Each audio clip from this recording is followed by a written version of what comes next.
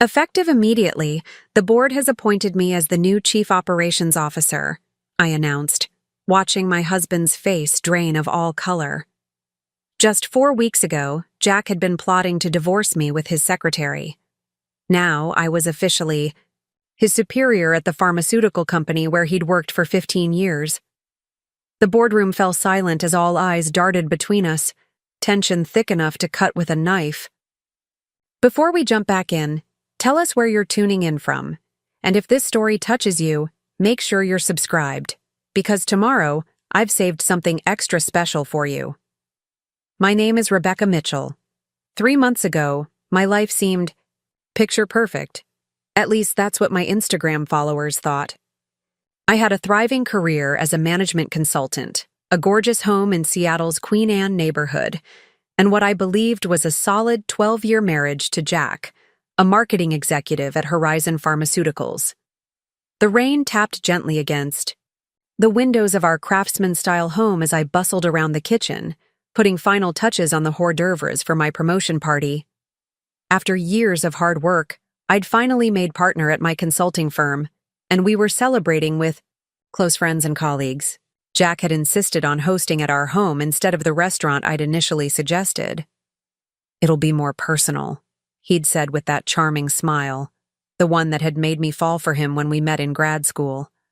I should have recognized the calculation behind his eyes. "Have you seen Jack?" I asked my best friend Olivia, who was sipping Chardonnay by the fireplace.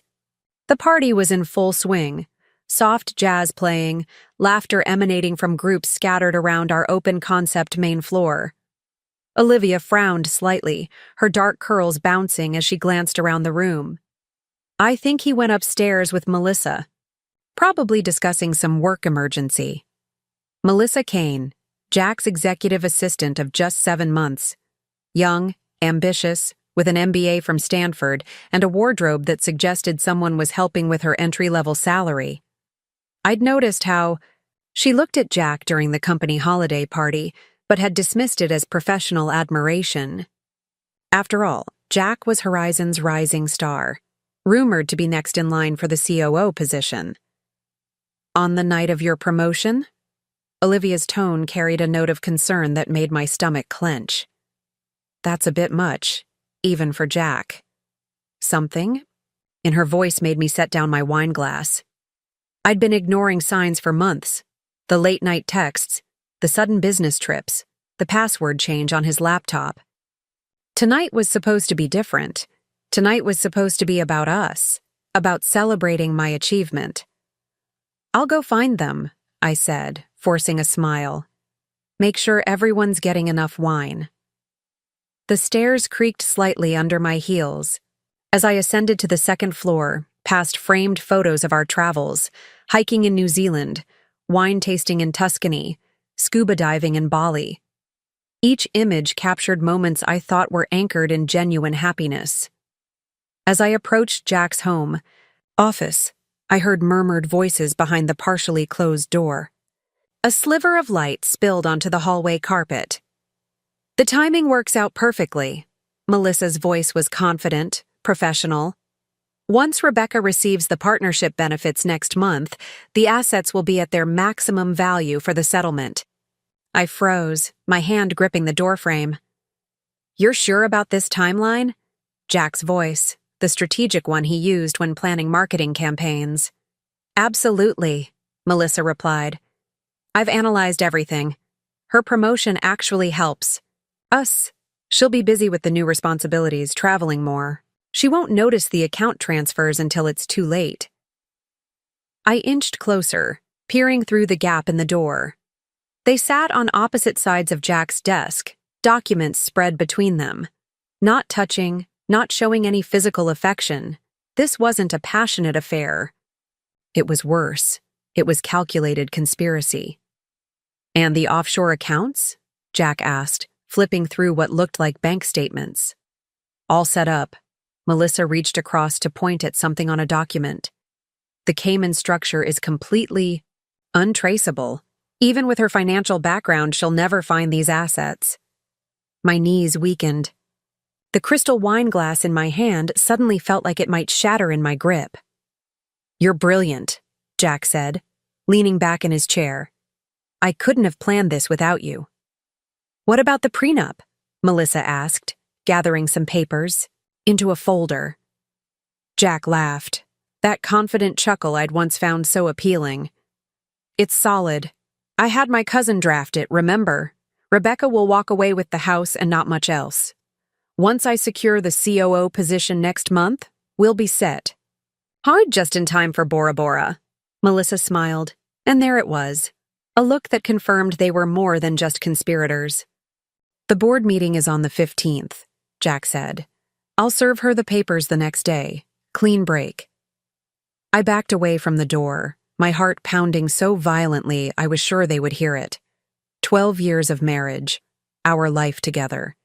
All while he'd been planning an exit strategy, siphoning away assets, positioning himself for a promotion, and planning a getaway with his secretary. I made it to the guest bathroom before my legs gave out. Sinking onto the closed toilet lid, I fought to control my breathing. The woman in the mirror looked like a stranger. Her carefully applied makeup now seemed like a mask, her styled hair a costume for a role she didn't know she was playing. Olivia found me 10 minutes later, concern etched on her face. One look and she knew something was terribly wrong. "Rebecca? What happened?" I told her everything in a strange, detached voice that didn't sound like my own. As the words came out, something inside me shifted. The initial shock and pain were being pushed aside by something else, something cold and focused. "That calculating bastard," Olivia whispered. "What are you going to do?" I stood up, smoothing my black cocktail dress. "First, we're going back to the party. I need to pretend everything is normal. And then?" Meeting my own eyes in the mirror, I saw a hardness there I hadn't known I possessed. "And then I'm going to take everything from him, starting with that COO position." Olivia's eyes widened. "How?" "I'm a partner at one of the top management consulting firms in the country," I said, reapplying my lipstick with a steady hand. "Horizon Pharmaceuticals has been trying to recruit me for years." As I fixed my makeup, a plan began to crystallize. Jack had taught me something valuable over our years together. In business, information is power. And I had just gained the ultimate information advantage. "Help me get through this party," I told Olivia. "Tomorrow, we go to war." When we returned downstairs, Jack and Melissa had rejoined the party, standing carefully apart from each other. Jack raised his glass when he saw me. "To my brilliant wife," he announced to the gathered crowd. "Congratulations on making partner, darling. I always knew you'd get there." I smiled back, clinking my fresh glass of champagne against his. "Thank you, honey. Here's to big achievements. And what comes next?" Let him think he had the upper hand. Let him believe his plan was flawless. While he was plotting my humiliation, he'd given me the most valuable gift of all: advance warning. The party continued around me, but everything had changed. Each laugh felt hollow, each congratulation tainted. Beneath the pain and betrayal, however, something else was growing: determination. Jack thought he had written the perfect ending to our marriage. He was about to learn that this was just the beginning, and I would write the final chapter. The next morning, while Jack was in the shower, I photographed every document in his home office safe. The combination was our anniversary date, another bit of irony in his web of betrayal. Inside, I found account statements for banks I'd never heard of, property documents for a vacation home in Hawaii I'd never seen, and detailed notes on the divorce timeline. I forwarded everything to my personal email, then carefully replaced each document exactly as I'd found it. When Jack left for his morning run, another recent habit that conveniently coincided with Melissa's morning yoga sessions at a nearby park, I called Olivia. "I need a lawyer," I said. "Not just any lawyer. I need the best." Olivia didn't hesitate. "My cousin Claire. She specializes in high-asset divorces, especially ones involving financial fraud. She's a shark." 2 hours. Later, I sat in Claire Hamilton's downtown office, laying out the evidence I'd gathered. Her expression remained professional, but I caught the flash of disgust as she reviewed the photos of Jack's hidden accounts. "Classic dissipation of marital assets," she said, typing notes on her laptop. "The offshore accounts, the timing with your promotion. This is premeditated financial fraud." "What do we do?" I asked. Claire leaned forward, her gray suit impeccable, her expression determined. "First, we document everything without alerting him. Second, we secure your assets. Third," she smiled slightly, "we develop a counter-strategy that he won't see coming." I nodded, feeling the first glimmer of control returning. "There's something else. Jack is positioned to become the new COO at Horizon Pharmaceuticals. The board votes in 3 weeks. And this matters because Horizon has been trying to hire me as a consultant for years. Their operations need a complete overhaul. Their CEO, Daniel Weber, has personally reached out multiple times." Claire raised an eyebrow. "You're thinking of taking a job at your husband's company while planning to divorce him?" "Not just any job," I clarified. Preparing and narrating this story took us a lot of time, so if you are enjoying it, subscribe to our channel. It means a lot to us. Now back to the story. "I'm thinking of taking his job." Claire's professional demeanor cracked as she let out a surprised laugh. Bold, very bold, but also complex from a legal standpoint. "Tell me more." Over the next hour, we mapped out a strategy that would protect my assets while positioning me for what came next. Claire would quietly file for divorce, citing financial fraud, but the papers would be sealed and not served until we were ready. Meanwhile, I would reach out to Daniel Weber about the consulting opportunity I'd previously declined. "Remember," Claire cautioned as our meeting concluded, "absolute discretion is crucial. If Jack suspects anything, he'll accelerate his timeline." That afternoon, I sent a carefully worded email to Daniel Weber, expressing interest in discussing the consulting opportunity. His response came within minutes, inviting me to lunch the following day. At home, I maintained a perfect facade. I kissed Jack goodbye in the morning, discussed dinner plans in the evening, and played the role of devoted wife while systematically preparing for his destruction. The cognitive dissonance was stunning, sleeping next to a man who was actively plotting against me, sharing meals with someone who had already emotionally and financially abandoned our marriage. My lunch with Daniel Weber was set at an upscale restaurant overlooking Puget Sound. As CEO of Horizon Pharmaceuticals, Daniel had a reputation for being brilliant but impatient with underperformance. His company had grown rapidly, but operational inefficiencies were threatening their newest product launches. "Rebecca, I was thrilled to get your email," he said after we ordered. "Frankly, I'd given up hope of luring you away from Stevens and Marsh." I smiled, projecting confidence I didn't entirely feel. Sometimes the right opportunity comes along at the right moment. And what's changed to make this the right moment? This was the tricky part. I needed to be honest enough to be credible without revealing my true motivations. "I've reached a point in my career where I'm looking for a new challenge," I said. "Making partner was a goal, but now I'm more interested in applying my expertise in a more focused way. Healthcare has always fascinated me, and Horizon's innovation pipeline is impressive." Daniel nodded, seeming satisfied with my answer. "We've been struggling with operational inefficiencies. Our last 3 product launches were delayed. With the Neurolex rollout coming up, we can't afford another setback." I knew about Neurolex, a breakthrough treatment for Parkinson's that represented billions in potential revenue. It was also the project Jack had been leading the marketing strategy for. "I've actually analyzed Horizon's last few product launches," I said, pulling a slim folder from my briefcase. I had prepared this analysis months ago when Daniel had first approached me. "I identified several critical bottlenecks in your process."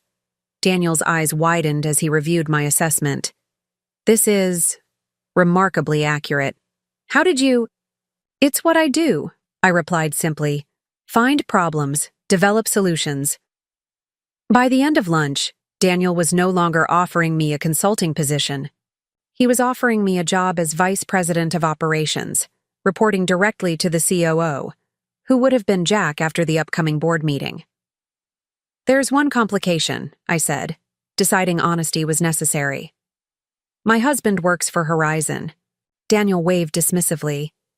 Jack's in marketing, you'd be in operations. Different departments, different buildings even. As long as neither of you directly reports to the other, HR won't see a conflict. I smiled, knowing what he didn't, that this arrangement would be very temporary. When can you start? Daniel asked. Immediately, I replied. But I'd like to keep this confidential until my first day. I need to properly transition my clients at Stevens and Marsh. Daniel agreed, and we shook hands on the deal. Phase 1 of my plan was complete. Over the next 2 weeks, I lived a carefully compartmentalized life. At my consulting firm, I arranged for the transition of my clients. At home, I played the role of unsuspecting wife. And in secret meetings with Claire, I built a case against Jack that was growing stronger by the day. We've identified 6 offshore accounts, Claire informed me during one of our meetings, all established within the last 8 months. The pattern of transfers suggests he's been moving approximately $12,000 per month, just under the reporting threshold. What about the Hawaii property? I asked. Purchased through an LLC registered to Melissa Kane's brother, Claire confirmed, but funded entirely from your joint investment account. Each discovery strengthened my resolve. This wasn't just about a husband having an affair. This was calculated theft of our shared financial life. Claire had also discovered something else. Jack had used his position at Horizon to grant Melissa stock options normally reserved for senior employees, backdating the paperwork to make it appear legitimate. That's securities fraud, Claire noted. A criminal offense. The pieces were falling into place faster than I'd anticipated. My start date at Horizon was set for Monday, 3 days before the board meeting where Jack expected to be named COO. On my last day at Stevens and Marsh, my colleagues threw a farewell party. Though I hadn't disclosed where I was going, the rumors were that I'd been poached by a major client. Jack attended, playing the supportive husband perfectly. So proud of you, babe, he said, his arm around my waist for the benefit of my colleagues. Whatever this new opportunity is, you're going to crush it. I smiled up at him, wondering how I'd ever found his practiced sincerity convincing. You have no idea. The weekend before I started at Horizon, Jack was unusually attentive, bringing me coffee in bed, suggesting dinner at my favorite restaurant. It was almost as if he was feeling guilty about what he was planning. Or perhaps it was just another performance, ensuring I would be caught completely off guard when he served the divorce papers after securing his promotion. Monday morning arrived with a sense of electric anticipation. I dressed carefully in a navy power suit, a subtle armor for the battle ahead. Big day at the firm? Jack asked, noticing my formal attire. Something like that, I replied, kissing his cheek before heading out. The Horizon Pharmaceuticals campus sprawled across several modern buildings in Seattle's biotech corridor. I parked in the visitor's space, savoring the knowledge that Jack's car was somewhere in the executive lot, its owner completely unaware of what was coming.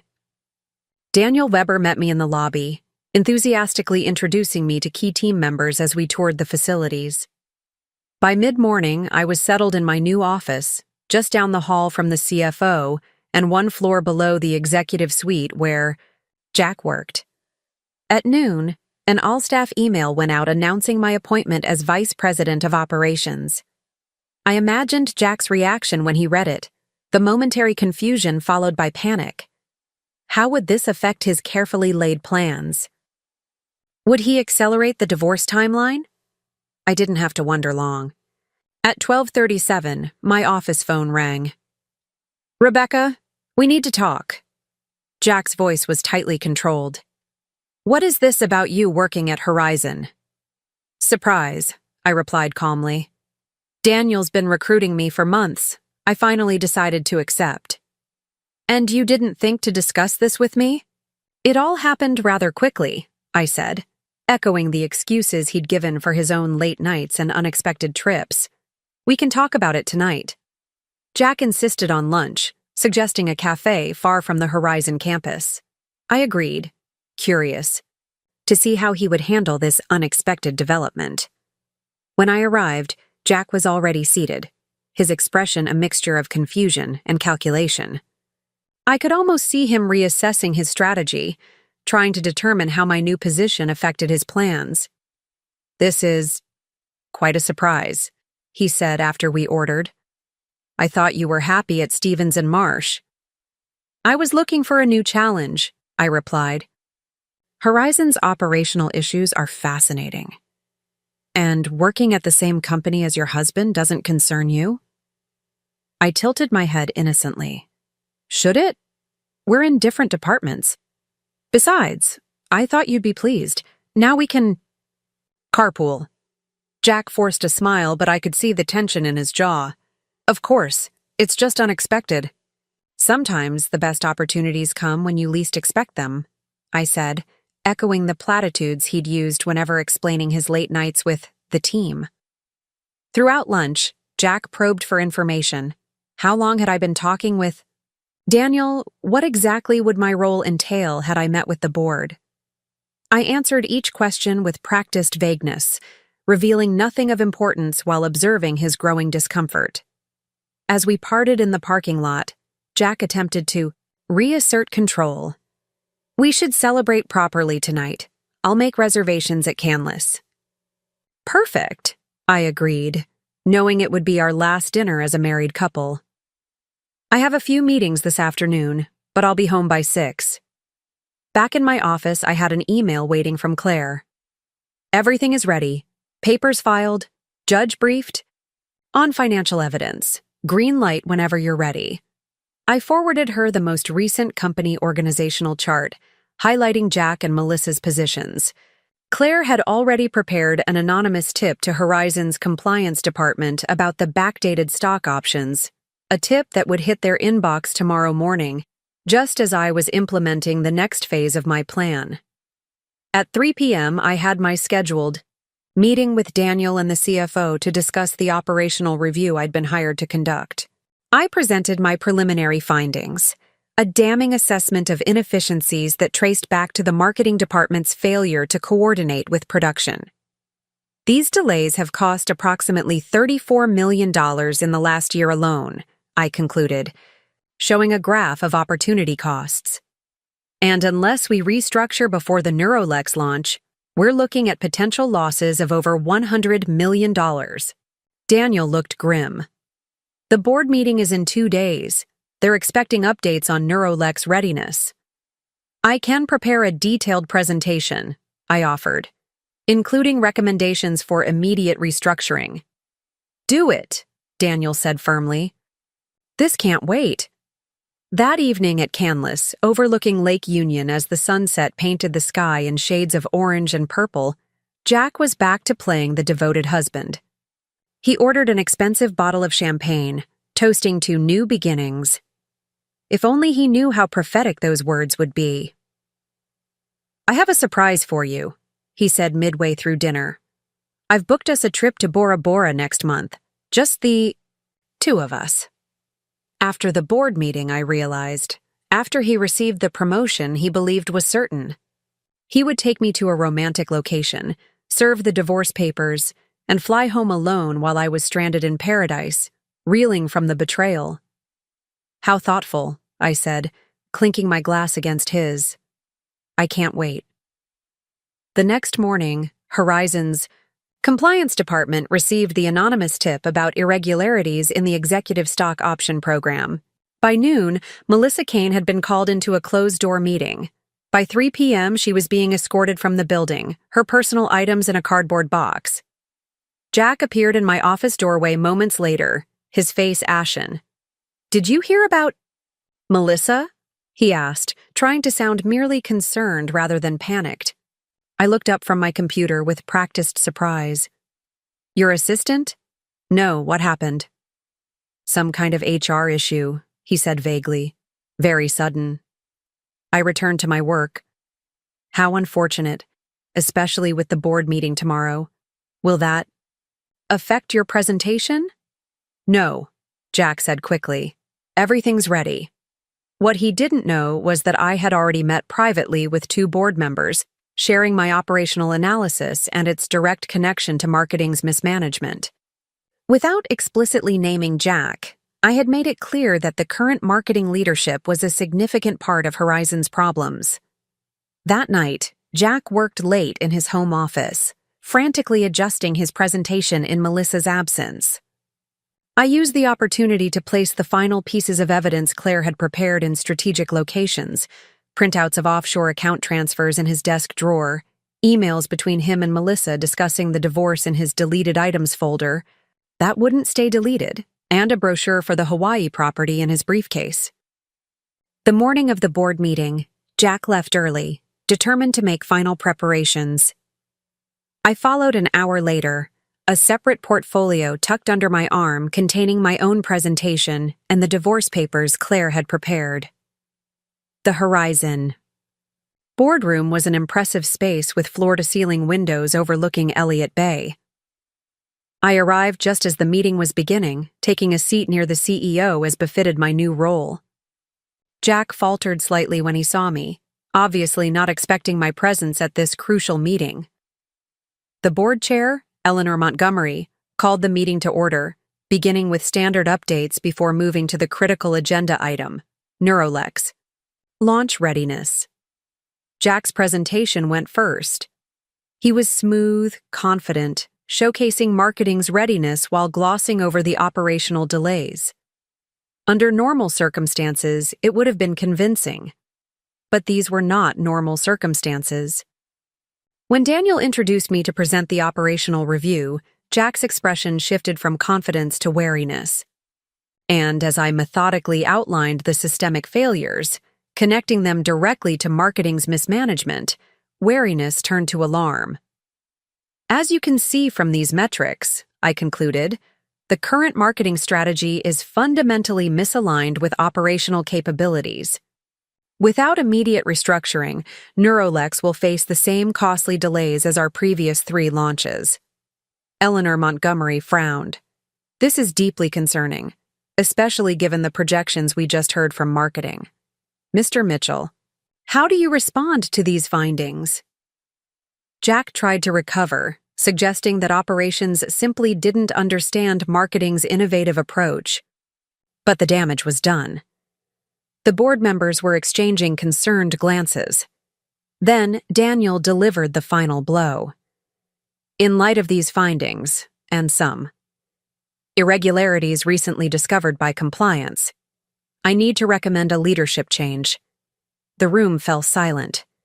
I propose that Rebecca Mitchell be appointed Chief Operations Officer with immediate oversight of both operations and marketing to ensure alignment for the Neurolex launch. Several board members nodded in agreement. Eleanor called for a vote. It was unanimous. Effective immediately, the board has appointed me as the new Chief Operations Officer, I announced, watching my husband's face drain of all color. Just 4 weeks ago, Jack had been plotting to divorce me with his secretary. Now I was officially his superior at the pharmaceutical company where he'd worked for 15 years. As the meeting adjourned, Jack approached me, his expression a mixture of shock and fury. "What the hell was that?" he hissed. I smiled pleasantly, aware of the board members still within earshot. "That was me doing my job. We should discuss the restructuring of your department this afternoon. Shall we say 3 p.m. in my office?" Jack followed me into the hallway, grabbing my arm once we were alone. "This isn't over." "Actually," I replied, removing his hand and pressing the divorce papers into his chest. "It is." "You've been served, Jack. I suggest you read these carefully, especially the parts about financial fraud and securities violations." His face went from anger to shock to fear in the span of seconds as he flipped through the document. You knew? How long? Since my promotion party, I said quietly. I heard everything. You and Melissa planning it all. The offshore accounts. The Hawaii property, serving me papers in Bora Bora after you secured the COO position. Jack's shoulders sagged as the full implications hit him. Rebecca, we can talk about this. We are talking about it. And as your new boss, I should inform you that your position is being eliminated in the restructuring. Your personal items will be packed and sent to your lawyer's office.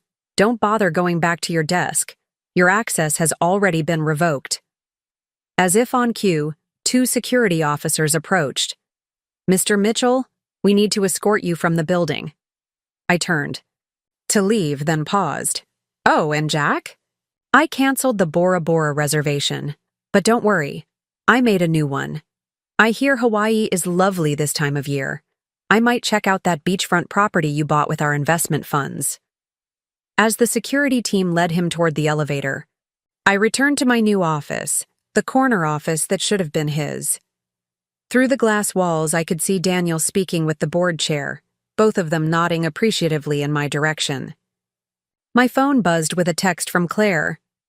Judge froze all accounts. Hawaii property secured. Well done. I sat down at my new desk, looking out at the Seattle skyline. Jack had spent months plotting what he thought would be my downfall. Instead, he'd orchestrated his own. Sometimes life hands you unexpected betrayal. And sometimes, if you're smart and strategic, you can turn that betrayal into the greatest opportunity of your life. As the newly appointed COO of Horizon Pharmaceuticals, I had a company to transform. And as a soon-to-be divorced woman, I had a life to rebuild, on my own terms. The journey ahead would be challenging, but I was more than ready. After all, I'd just survived the most ruthless business negotiation of my life, against the man who'd taught me everything I knew about strategic thinking. Except apparently, rule number 1, never underestimate your opponent. Several board members nodded in agreement. Eleanor called for a vote. It was unanimous. Effective immediately, the board has appointed me as the new Chief Operations Officer, I announced, watching Jack's face drain of all color. Just 4 weeks ago, he had been plotting to divorce me with his secretary. Now, I was officially his superior at the pharmaceutical company where he'd worked for 15 years. As the meeting adjourned, Jack approached me, his expression a mixture of shock and fury. What the hell was that? He hissed. I smiled pleasantly, aware of the board members still within earshot. That was me doing my job. We should discuss the restructuring of your department this afternoon. Shall we say 3 p.m.? In my office? Jack followed me into the hallway, grabbing my arm once we were alone. This isn't over. Actually, I replied, removing his hand and pressing the divorce papers into his chest. It is. You've been served, Jack.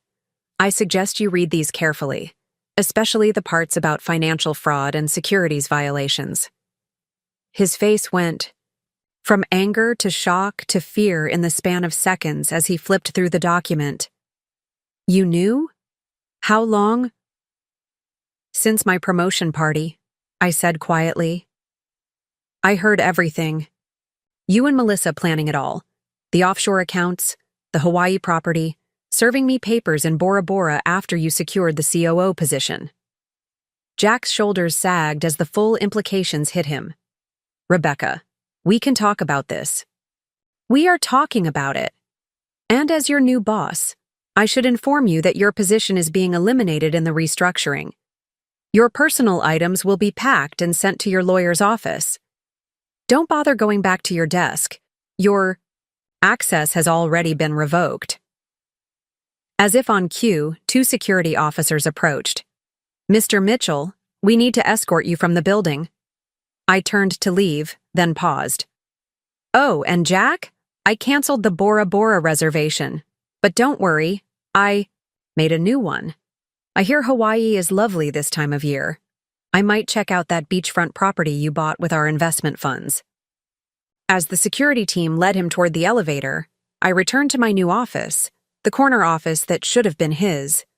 Through the glass walls, I could see Daniel speaking with the board chair, both of them nodding appreciatively in my direction. My phone buzzed with a text from Claire. Judge froze all accounts. Hawaii property secured. Well done. I sat down at my new desk, looking out at the Seattle skyline. Jack had spent months plotting what he thought would be my downfall. Instead, he'd orchestrated his own. Sometimes life hands you unexpected betrayal. And sometimes, if you're smart and strategic, you can turn that betrayal into the greatest opportunity of your life. As the newly appointed COO of Horizon Pharmaceuticals, I had a company to transform, and as a soon-to-be divorced woman, I had a life to rebuild, on my own terms. The journey ahead would be challenging, but I was more than ready. After all, I'd just survived the most ruthless business negotiation of my life, against the man who'd taught me everything I knew about strategic thinking.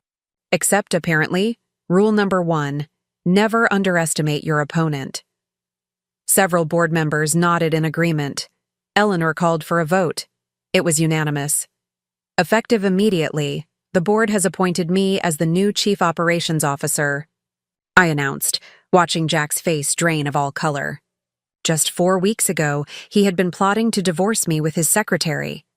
Now, I was officially his superior at the pharmaceutical company where he'd worked for 15 years. As the meeting adjourned, Jack approached me, his expression a mixture of shock and fury. "What the hell was that?" he hissed. I smiled pleasantly, aware of the board members still within earshot. "That was me doing my job. We should discuss the restructuring of your department this afternoon. Shall we say 3 p.m. in my office?" Jack followed me into the hallway, grabbing my arm once we were alone. "This isn't over." "Actually," I replied, removing his hand and pressing the divorce papers into his chest. "It is. You've been served, Jack. I suggest you read these carefully, especially the parts about financial fraud and securities violations." His face went from anger to shock to fear in the span of seconds as he flipped through the document. "You knew? How long?" "Since my promotion party," I said quietly. "I heard everything. You and Melissa planning it all. The offshore accounts, the Hawaii property, serving me papers in Bora Bora after you secured the COO position." Jack's shoulders sagged as the full implications hit him. "Rebecca, we can talk about this." "We are talking about it. And as your new boss, I should inform you that your position is being eliminated in the restructuring. Your personal items will be packed and sent to your lawyer's office. Don't bother going back to your desk. Your access has already been revoked." As if on cue, 2 security officers approached. "Mr. Mitchell, we need to escort you from the building." I turned to leave, then paused. "Oh, and Jack?" "I canceled the Bora Bora reservation. But don't worry, I made a new one. I hear Hawaii is lovely this time of year. I might check out that beachfront property you bought with our investment funds." As the security team led him toward the elevator, I returned to my new office, the corner office that should have been his. Through the glass walls, I could see Daniel speaking with the board chair, both of them nodding appreciatively in my direction. My phone buzzed with a text from Claire. "Judge froze all accounts. Hawaii property secured. Well done." I sat down at my new desk, looking out at the Seattle skyline. Jack had spent months plotting what he thought would be my downfall. Instead, he'd orchestrated his own. The days following Jack's dramatic departure from Horizon were a whirlwind of activity. My team worked around the clock to prepare for the Neurolex launch, implementing the operational changes I'd outlined in my presentation. The marketing department, now without Jack's leadership, needed immediate restructuring. Daniel gave me full authority to make necessary personnel changes. My first decision was to promote Thomas Chen, a talented marketing director who had worked under Jack for years. During our initial meeting, Thomas confessed his frustrations with Jack's management style. He took credit for everyone else's ideas, Thomas explained, and made decisions based on what would boost his profile rather than what was best for the products. That changes now, I assured him. I need a marketing lead who prioritizes collaboration and transparent communication. Are you that person? Thomas straightened in his chair. Absolutely. I've been waiting for this opportunity for 3 years. With Thomas heading marketing and my operational reforms in place, the company began to transform. Weekly cross-departmental meetings eliminated the silos that had caused previous launch delays. Data-driven decision-making replaced the gut-feeling approach Jack had favored. Meanwhile, the legal implications of Jack's actions continued to unfold. Claire kept me updated on the proceedings with regular briefings. The SEC has opened a formal investigation into the backdated stock options, she informed me during one of our meetings. Melissa is cooperating, providing evidence in exchange. For leniency. What about Jack? I asked, curious rather than concerned. Still denying everything, Claire replied with a knowing smile. Claims he had no knowledge of the offshore accounts or the property transfers. Unfortunately for him, his digital footprint suggests otherwise. The judge overseeing our divorce had already ruled in my favor regarding the financial aspects. The Hawaii property would be sold, with all proceeds returning to our marital assets. The offshore accounts had been frozen, their contents to be repatriated and divided, though divided was perhaps generous, as the court had awarded me 90% of the hidden funds due to Jack's fraudulent actions. But the professional consequences for Jack were potentially more severe than the financial ones. The securities violations could result in civil penalties, industry bans, and even criminal charges if the SEC determined the fraud was significant enough. How are you holding up with all this? Olivia asked one evening as we shared dinner. At my temporary apartment.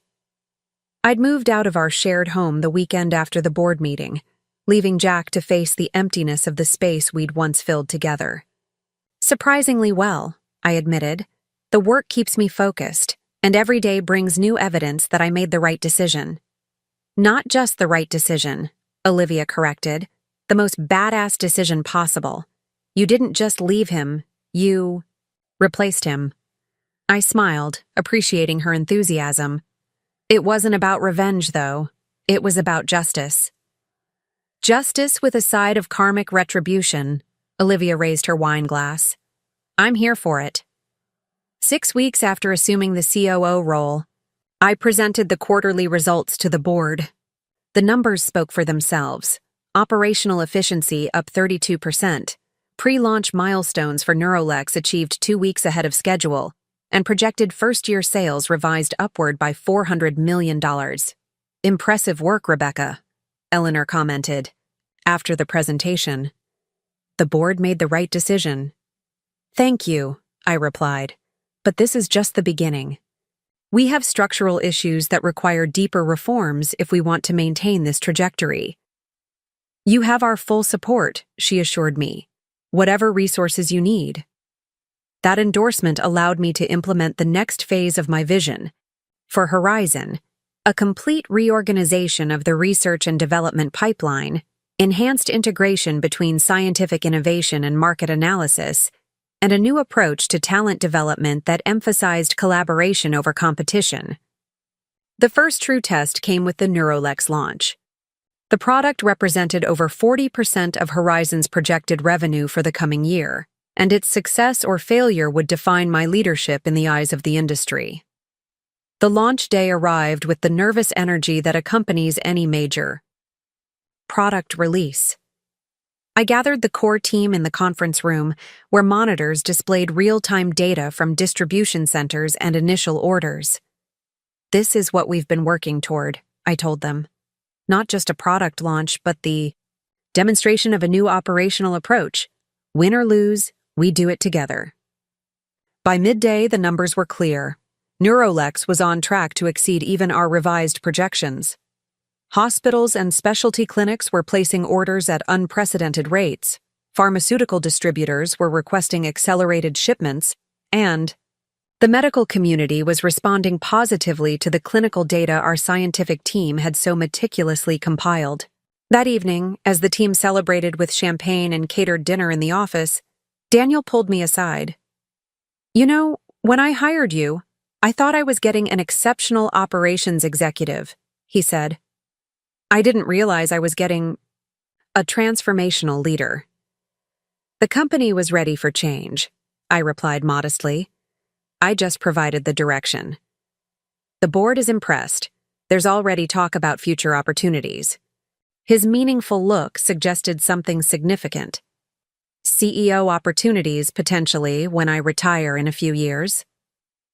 The idea sent a surge of excitement through me, from consultant to COO to potential CEO, all because I'd overheard a conversation that was meant to destroy me. As the Neurolex launch success became industry news, I received an unexpected email from Ted Lawson, Jack's former mentor and the managing partner at Harrison and Palmer, the marketing consultancy where Jack had landed a mid-level position after leaving Horizon. "I'd like to discuss a sensitive matter regarding Jack Mitchell," the email stated. "Could we meet privately?" Curiosity got the better of me, and I agreed to breakfast at a discreet hotel restaurant downtown. Ted arrived punctually, his expression grave as he shook my hand. "Thank you for meeting me, Rebecca. I'll get straight to the point. Jack has been claiming that his departure from Horizon was due to corporate politics, specifically that his wife manipulated her way into a position of power to force him out." I kept my expression neutral. "Is that why he's now working for your firm at a fraction of his former salary?" Ted grimaced. He presented himself as a victim of circumstance, and I gave him the benefit of the doubt based on our history. But last week, we received an anonymous package containing documents that suggest a very different story. Offshore accounts, property transfers, backdated stock options. "Sounds concerning," I replied carefully. "Why are you telling me this?" "Because we're terminating his employment, and I wanted to warn you." He's becoming increasingly bitter about how things turned out. When he joined us, he was contrite, focused on rebuilding. But lately, he's been making concerning statements about settling scores. I appreciated the warning but wasn't particularly worried. Jack had always been more calculating than confrontational. His strength was in long-term planning, not emotional outbursts. "Thank you for the heads up," I told Ted. "But I suspect his threats are just that, threats. His legal position is precarious enough without adding harassment to the mix." Nevertheless, I informed building security to be vigilant, and Claire recommended a temporary restraining order as a precautionary measure. The judge granted it immediately. Given the documentation of financial fraud and Ted's statement about Jack's concerning behavior. 3 months after the Neurolex launch, with the product exceeding all sales projections, I finally allowed myself a weekend off. The Hawaii property had sold, and I decided to use a small portion of my share to treat Olivia and myself to a spa weekend at the Salish Lodge overlooking Snoqualmie Falls. "You realize this is the first time you've taken more than a day off since this whole thing started?" Olivia pointed out as we relaxed in the hot tub, glasses of Prosecco in hand. "There's been a lot to do," I replied, feeling the tension in my shoulders finally begin to release. "Restructuring a company while dismantling a marriage is time-consuming. And now? What's next for Rebecca Mitchell, corporate warrior queen?" I laughed at her dramatic title. "Professionally, continuing to build on our success. The board is already talking about succession planning, with me as a potential CEO candidate when Daniel retires." "And personally?" That was the harder question. The betrayal had left its mark, making me warier, more protective of my independence. Yet I didn't want caution to become isolation. "Learning to trust again, I suppose," I said finally. "Not necessarily in a romantic relationship, but in general. Recognizing that not everyone has hidden agendas." Olivia nodded thoughtfully. "You know, there's something I've been wondering about. That night at your promotion party, what would have happened if you hadn't gone looking for Jack? If you hadn't overheard them?" The question sent a chill through me despite the heat of the water. What if, indeed?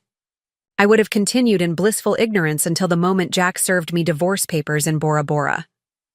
By then, the offshore accounts would have been firmly established, the Hawaii property secured in Melissa's brother's name, and my partnership, benefits siphoned away. I would have been blindsided, I admitted, and given how meticulously they'd planned everything, I might have lost a lot more than just my marriage. Fate has a strange way of intervening, Olivia mused.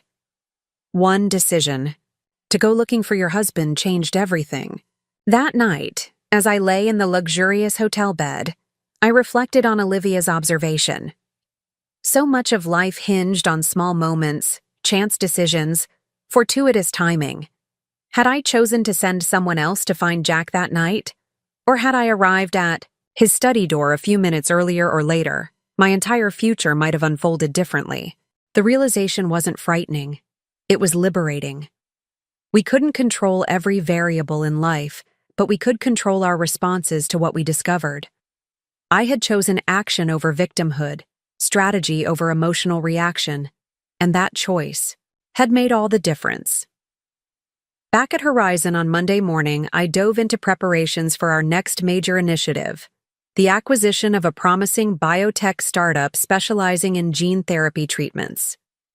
The due diligence process was intensive, requiring detailed analysis of their research pipeline, intellectual property portfolio, and regulatory compliance history. During a late evening reviewing acquisition documents, my office phone rang. The caller ID showed Horizon's main security desk. Ms. Mitchell, there's a Jack Mitchell attempting to enter the building. He's claiming he has an appointment with you. My pulse quickened. I have no appointments scheduled. Please do not allow him entry. Understood. He seems agitated. Should we contact the police? Yes, I decided instantly. And please send security footage of the incident to my email. Within minutes, my phone buzzed with a video attachment. The lobby camera showed Jack arguing with the security officer, gesturing wildly toward the elevators. His appearance was disheveled, a far cry from the polished executive who had once commanded respect throughout the company. After several minutes of heated exchange, he suddenly turned and left, just as a police cruiser pulled up outside. I forwarded the video to Claire with a brief message, restraining order violation? Her response was immediate. Absolutely. I'll file the report first thing tomorrow. The incident rattled me more than I wanted to admit. Not because I feared Jack physically, but because it represented a deterioration I hadn't anticipated. The calculating strategist I'd been married to would never have made such a clumsy public move. This suggested desperation, and desperate people could be unpredictable. The next morning, I received a call from Detective Morgan with the Seattle Police Department. Ms. Mitchell, we're following up on the incident at your workplace last night. Mr. Mitchell was picked up this morning on the restraining order violation. During the arrest, officers found documents in his possession that have raised some concerns. What kind of documents? I asked. Detailed information about your schedule, security access codes to your apartment building, and what appears to be plans to access your personal accounts. We're taking this very seriously. The detective's words sent a chill through me.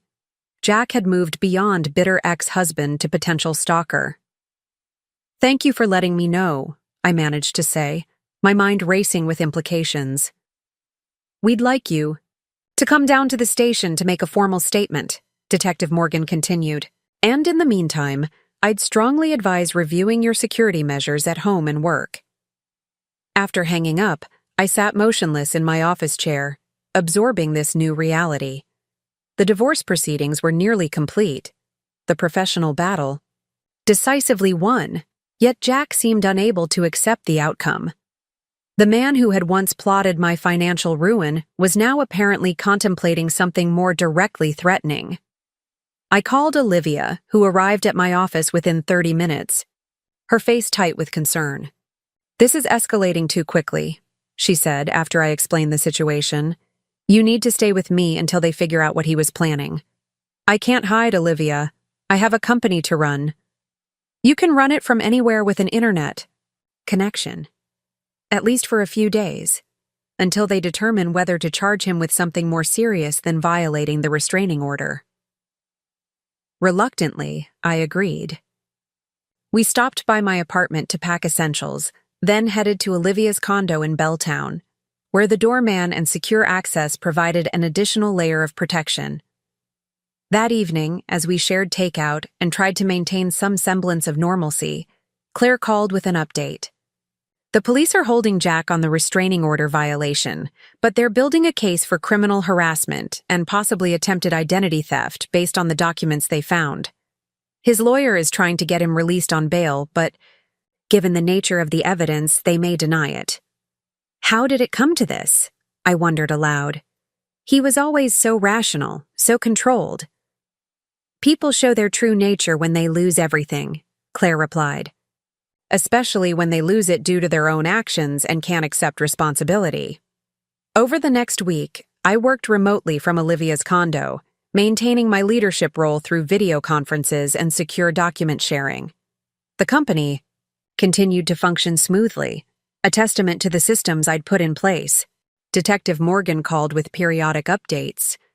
Jack remained in custody, denied bail due to the seriousness of the new charges and the evidence suggesting he posed a danger.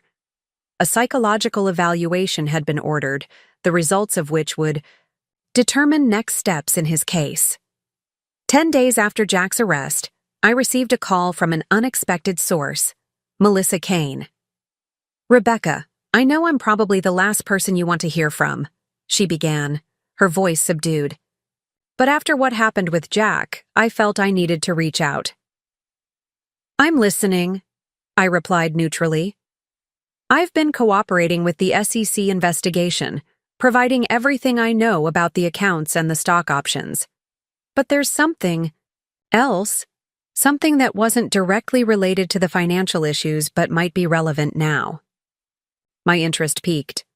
"Go on." Jack had a plan for if things went wrong.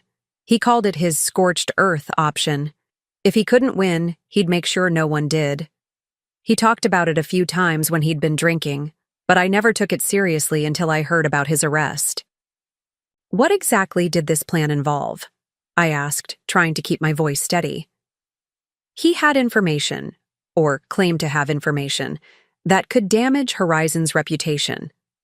Clinical trial data that he said had been manipulated, emails suggesting regulatory shortcuts. I don't know if any of it was real or if he fabricated it, but he was convinced it was his insurance policy. The revelation sent my mind racing. If Jack was desperate enough to attempt what sounded like corporate sabotage or whistleblowing based on falsified evidence, the implications for Horizon could be severe. Even if the claims were ultimately disproven, the mere suggestion of impropriety could impact stock prices, regulatory relationships, and public trust. "Thank you for telling me," I said, already formulating my next steps. "I assume you've shared this with the authorities as well?" "Yes, I spoke with Detective Morgan yesterday. I'm trying to make things right, Rebecca. I know it doesn't excuse what we did, but I want you to know I regret my part in it." After ending the call, I immediately contacted Daniel and the company's legal counsel to brief them on this new threat. We needed to review all clinical trial data, regulatory submissions, and internal communications that Jack might have had access to, ensuring everything was above board and properly documented. The next morning, Horizon's legal team assembled in the conference room, along with Daniel, the head of research and development, and our regulatory compliance officer. I shared Melissa's warning, and we began developing a proactive strategy. "First, we need to verify whether there's any truth to Jack's claims," our chief legal officer advised. "If there are legitimate issues, we address them immediately and transparently. If not, we prepare to refute any false allegations quickly and decisively." The audit process was intensive, with teams working around the clock to review years of documentation. After 3 days of exhaustive investigation, the results were clear. All clinical trials had been conducted according to protocol, regulatory, submissions contained accurate data, and while there were occasional procedural oversights, none rose to the level of misconduct. In other words, Daniel summarized, Jack has nothing concrete, but that doesn't mean he can't cause damage with fabricated claims. We need to get ahead of this, I agreed. Prepare a comprehensive transparency report on our clinical and regulatory processes. Not as a reaction to accusations, but as part of our commitment to ethical practices. The team implemented my recommendation, creating a detailed document outlining Horizon's research methodologies, data management protocols, and regulatory compliance procedures. We scheduled a presentation for major investors and prepared a press release highlighting our commitment to transparency. Meanwhile, Jack's legal troubles continued to mount. The psychological evaluation had determined he was competent to stand trial, but noted concerning patterns of narcissistic behavior and inability to accept responsibility for his actions. The prosecutor had added additional charges of conspiracy to commit identity theft and attempted extortion based on documents found in his possession. Claire called with an update that brought the situation into even sharper focus. Jack's attorney has approached the DA about a plea deal. They're suggesting he has information about corporate malfeasance at Horizon that he'd be willing to share in exchange for leniency. Let me guess. Clinical trial data and regulatory shortcuts? I asked. Exactly. The DA is appropriately skeptical, especially given the comprehensive audit you've just completed. But they have to follow up on it. True to Claire's prediction, 2 FDA investigators arrived at Horizon the following week, requesting access to documentation for 3 specific clinical trials Jack had referenced in his claims. The legal team provided complete cooperation, confident in the integrity of our processes. After a thorough review, the investigators concluded their visit with no findings of misconduct. Jack's attempt to leverage false accusations had failed, further damaging his already precarious legal position. 6 months after the dramatic board meeting that had elevated me to COO, Horizon hosted an investor conference to unveil our 5-year strategic plan. The company had thrived under the new leadership structure, with Neurolex exceeding sales projections by 28% and operational efficiency metrics setting industry benchmarks. As I presented our vision for the future, focused on therapeutic innovation, operational excellence, and ethical leadership, I felt a profound sense of accomplishment. The journey from discovering Jack's betrayal to standing on this stage had been challenging, but it had revealed strengths I hadn't known I possessed. After the presentation, as investors and analysts mingled during the reception, Eleanor approached, with a distinguished-looking man I didn't recognize. Rebecca, I'd like you to meet William Chen, CEO of Pacific Biosciences. William, this is Rebecca Mitchell, the executive I was telling you about. As we shook hands, William smiled warmly. Eleanor speaks very highly of your leadership. Pacific is always looking for board members with your operational expertise.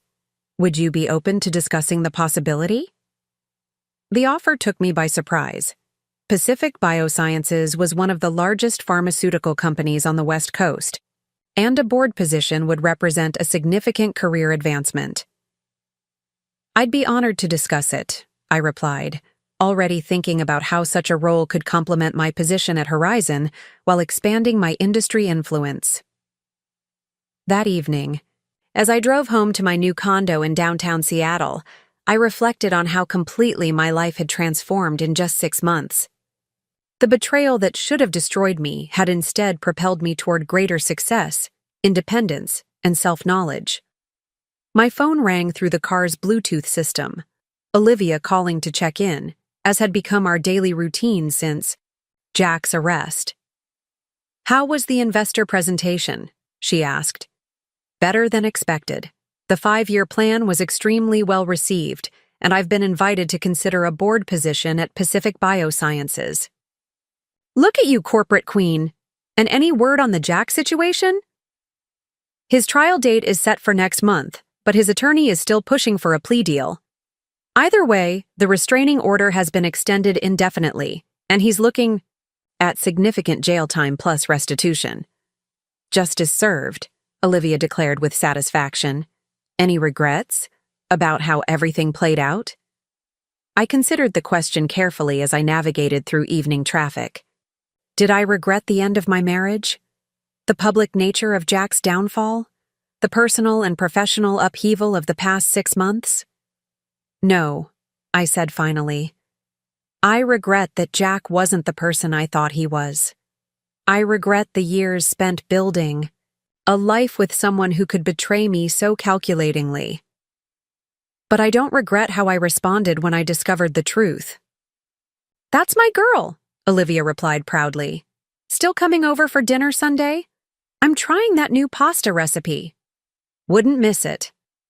After ending the call, I continued my drive, watching the Seattle skyline emerge through breaks in the clouds. The city looked different to me now, not just a backdrop to my life, but a landscape of possibility. Each glittering building represented potential, connection, opportunity. The final piece of the divorce settlement arrived the following week, a judicial ruling that officially terminated our marriage and divided the remaining assets according to the agreement Claire had negotiated. Jack's attempts to claim financial hardship due to his legal troubles had fallen flat, and the judge had upheld the original terms. I signed the documents in Claire's office, feeling a curious blend of closure and anticipation.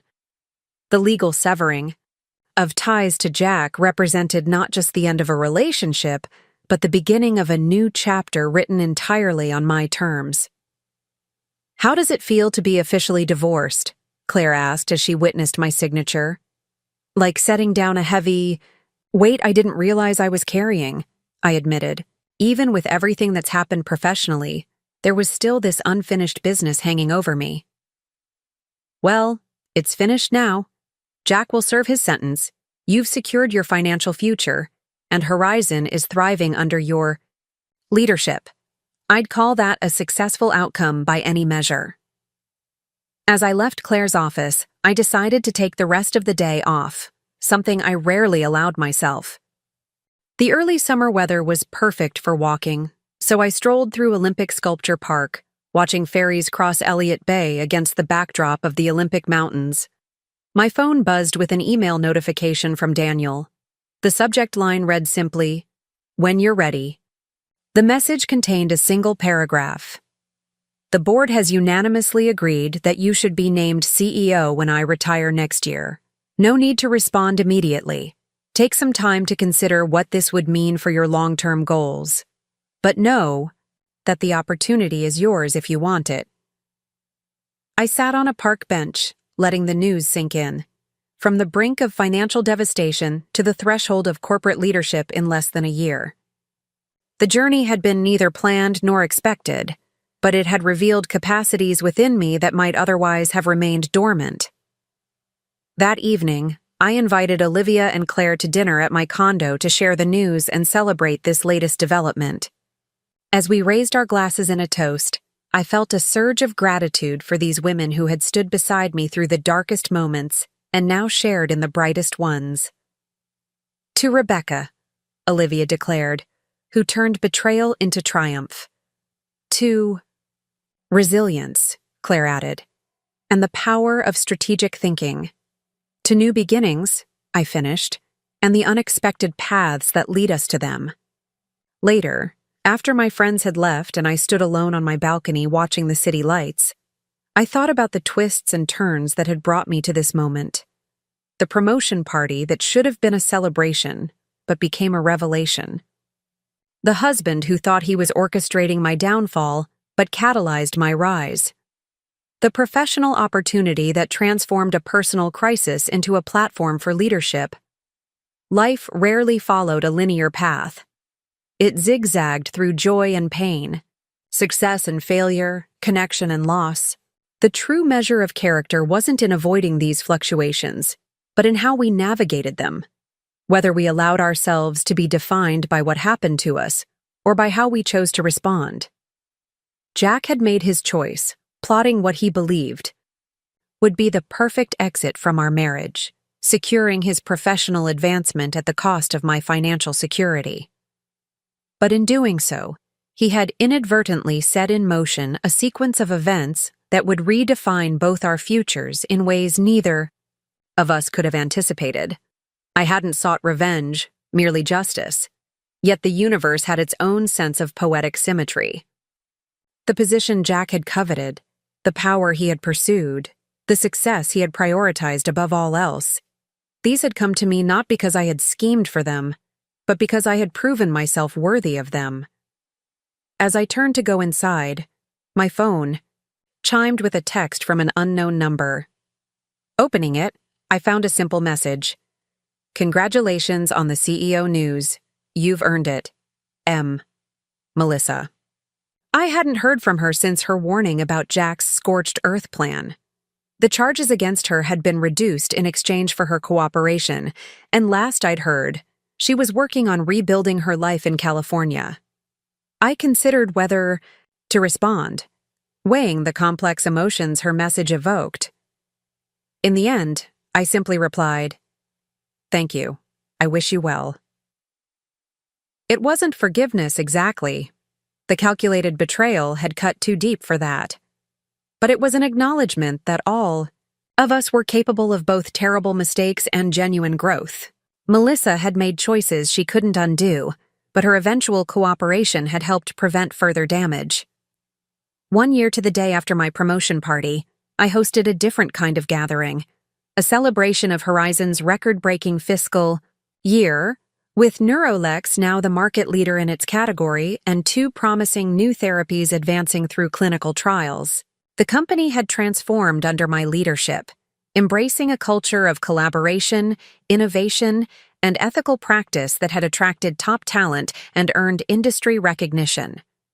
The board's decision to name me CEO designate had been made public, triggering a surge in stock price and positive analyst coverage. As I stood at the podium addressing the assembled employees, investors, and industry partners, I felt a sense of rightness. Not just professional satisfaction, but a deeper alignment between my values and my work.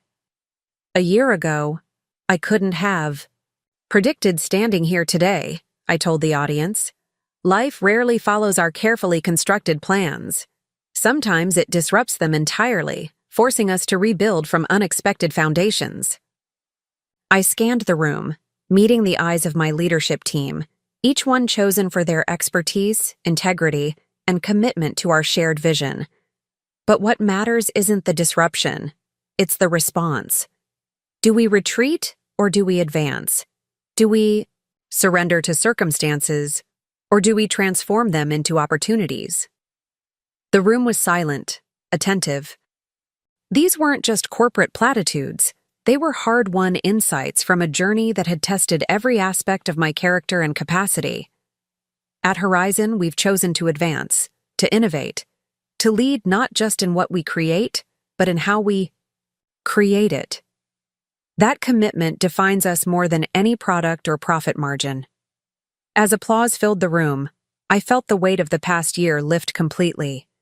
The betrayal that had once threatened to destroy me had become merely a chapter in a much larger story, one that I continued to write with each decision, each relationship, each step forward.